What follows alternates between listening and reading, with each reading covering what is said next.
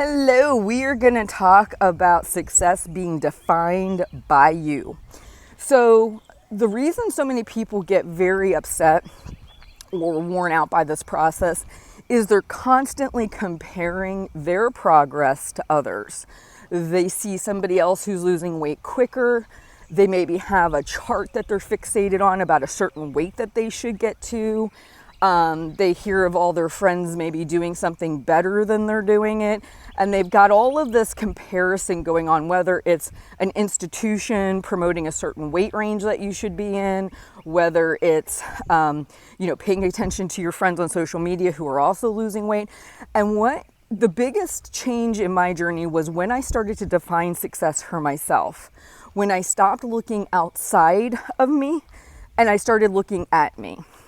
And what I mean by that is I did not shoot for the number that the BMI chart said. I'm like, wherever I can keep my weight at long term and be healthy and happy, that's going to be my goal weight. And yes, may that not be the number on a BMI chart? Absolutely not.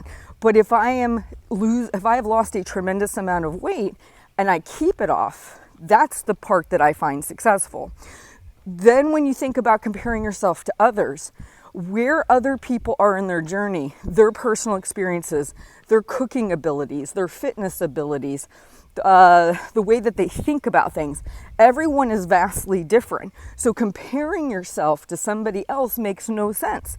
Just like you wouldn't compare yourself to a 5-year-old, right? Like you and the 5-year-old are on two different planes. That's true for everybody. Just because they're your same age and maybe the same gender and the same race, it doesn't mean that somehow you guys are identical twins. You and Sally over here, they have nothing in common. Like you may have totally different upbringings, different ways of handling stress, and you can't compare your journey to anyone other than you. So what you want to do is when you're thinking of success is looking at your behaviors. How do you handle these things? Don't worry about Sally. Worry about you. Write it down. Right now, this is what I can do. This is the areas I see that I could improve. And then keep a journal of that. So that way, as you do make changes, you're seeing your success pile up over time. When we get so busy watching what everyone else is doing, we lose sight of what we're capable of doing, the changes that we actually are making, and the progress that we have made.